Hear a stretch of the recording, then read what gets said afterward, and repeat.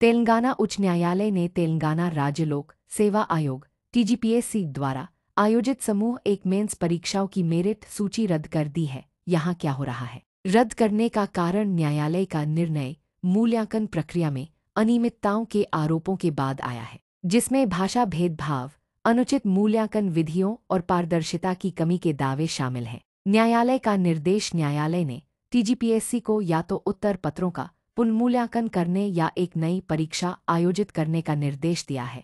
यदि पुनर्मूल्यांकन संभव नहीं है तो आयोग को 8 महीने के भीतर एक नई परीक्षा आयोजित करनी होगी। नियुक्ति प्रक्रिया पर प्रभाव। पुनर्मूल्यांकन या नई परीक्षा पूरी होने तक नियुक्ति प्रक्रिया रोक दी गई है। तब तक कोई नियुक्ति पत्र जारी नहीं किया जा सकता है। प्रभावित उम्मीदवार हजारों उम्मीदवार जो पहले के चरणों में उत्तीर्ण हुए थे, अब आयोग के अगले कदम की प्रतीक्षा कर रहे हैं। सरकारी प्रतिक्रिया। मंत्री के टी रामाराव ने उच्च न्यायालय के फैसले को सरकार के लिए एक सबक बताया है और सरकार से अपील की है कि वह बिना अपील या बार बार अदालत के मामलों के फैसले को तुरंत लागू करे। न्यायालय का निर्णय भर्ती प्रक्रिया में निष्पक्षता और पारदर्शिता सुनिश्चित करने के उद्देश्य से है और टीजीपीएससी से अपेक्षा की जाती है कि वह निर्धारित समय सीमा के भीतर निर्देश का पालन करेगा। न्यायालय के निर्णय के विस्तृत मुख्य बिंदु निम्नलिखित हैं। पुनर्मूल्यांकन प्रक्रिया। न्यायालय ने टीजीपीएससी को सुप्रीम कोर्ट द्वारा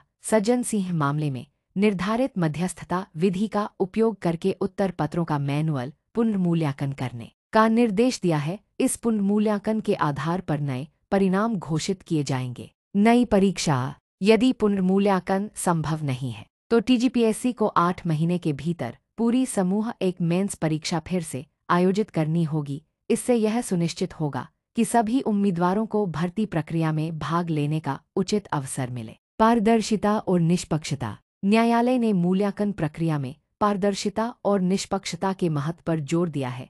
पुनर्मूल्यांकन या नई परीक्षा इस तरह से आयोजित की जानी चाहिए जिससे सभी उम्मीदवारों के साथ समान व्यवहार हो। समय सीमा। आदेश प्राप्त करने की तारीख से 8 महीने के भीतर पूरी प्रक्रिया पूरी की जानी चाहिए, चाहे वह पुनर्मूल्यांकन हो या नई परीक्षा। नियुक्ति प्रक्रिया पर प्रभाव। पुनर्मूल्यांकन या नई परीक्षा पूरी होने तक नियुक्ति प्रक्रिया रोक दी गई है। तब तक कोई नियुक्ति पत्र जारी नहीं किया जा सकता है। प्रभावित उम्मीदवार हजारों उम्मीदवार जो पहले के चरणों में उत्तीर्ण हुए थे, अब आयोग के अगले कदम की प्रतीक्षा कर रहे हैं। न्यायालय का निर्णय भर्ती प्रक्रिया में निष्पक्षता और पारदर्शिता सुनिश्चित करने के उद्देश्य से है और टीजीपीएससी से अपेक्षा की जाती है कि वह निर्धारित समय सीमा के भीतर निर्देश का पालन करे।